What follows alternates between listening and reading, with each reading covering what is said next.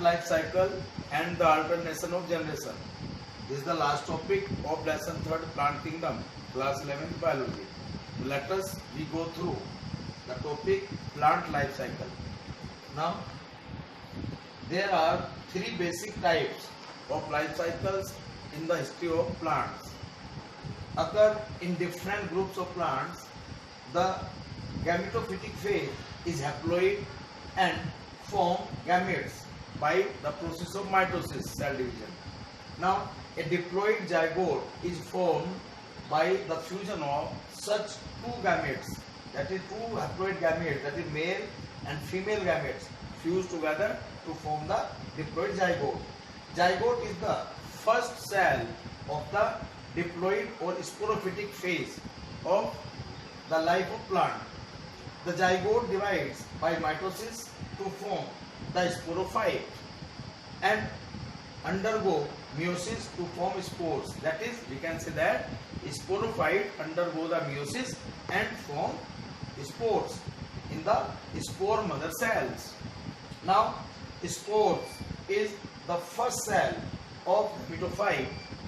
The three types of life cycle include haplontic life cycle, diplontic life cycle, and haplodiplontic life cycle. Haplontic life cycle means this is the haploid, it consisting of the haploid number of chromosomes, and this is the haploid major stage of the life cycle of plant. Here diplontic consisting of the diploid major stage of the plant life cycle, while in haplodiplontic both, that is haploid and diploid, partly are the dominant phase of the life cycle. So let us we go through each by each together. Now haplontic life cycle. The free living gametophyte, that is haploid N, is the dominant phase in this life cycle. The diploid, that is 2N phase, is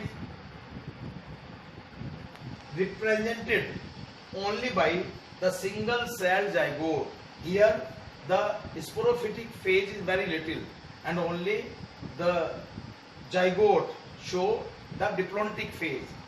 The zygote undergoes meiosis and form the haploid spores which germinate to form the gametophyte. For example, many of the algae like Spirogyra, Chlamydomonas and Volvox, etc.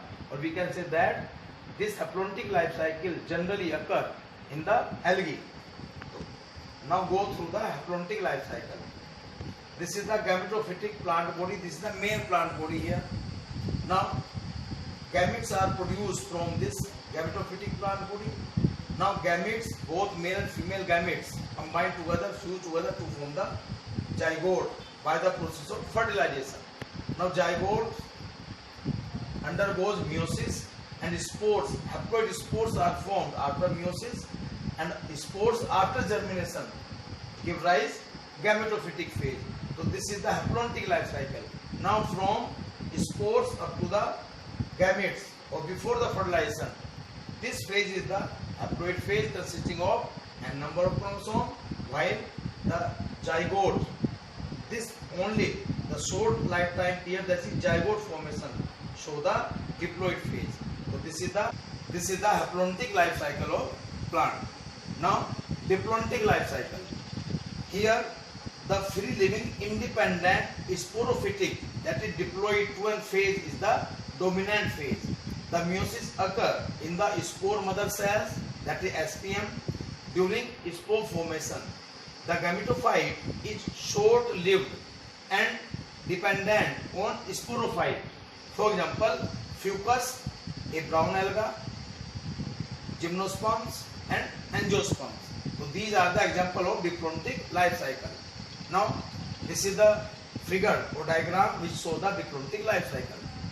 Here sporophytic plant body consisting of the diploid number of chromosomes, 2N number of chromosomes. Now sporogenesis takes place in this plant body. Now sporogenesis undergoes meiosis. It forms the spores, the haplontic spores. Spores converted into gametophyte, and gametophyte give rise gametes. Gametes are the haploids. and both the male and female gametes fuse together after fertilization from the zygote, and zygote germinate into the sporophytic plant body. So this is the diplontic life cycle of the plant. Here from zygote before the meiosis, this phase is the diploid phase, that is diplontic phase, and from spores and before the fertilization between the two different gametes, it is the haploid phase. Now this is the diplontic life cycle. Now third type of life cycle is the haplodiplontic life cycle. It is an intermediate type of life cycle where both the sporophytic and gametophytic multicellular phases are equally dominant. In bryophytes, the dominant phase is the gametophyte. Just try to understand here. In bryophytes, dominant phase is gametophyte, and sporophyte is dependent on gametophytic phase. While in the case of pteridophytes, it is vice versa. Means sporophytic phase is dominant and gametophytic phase is dependent on the sporophytic phase. Now, for example, Ectocarpus, a filamentous brown alga, Polysiphonia, a filamentous red alga, as well as all bryophytes and pteridophytes. So these are the example of haplodiplontic life cycle. Now this is the figure or diagram which show the haplodiplontic life cycle. Here, sporophytic plant body consisting of the diploid number, that is 12 number of chromosomes. It gives rise to sporangia, where spore mother cells are formed. Spore mother cells undergoes meiosis. It forms the spores. Spores germinate to the gametophyte. Now gametophyte gives rise gametes after the process of gametogenesis, and syngamy, that is fusion of male and female gametes, give rise a diploid zygote, and zygote germinate into the sporophytic plant body. So from zygote up to the spore mother cell, this phase is diploid phase, that is consisting of diploid number of chromosomes, and from after meiosis from spores for the syngamy or fusion of male and female gamete.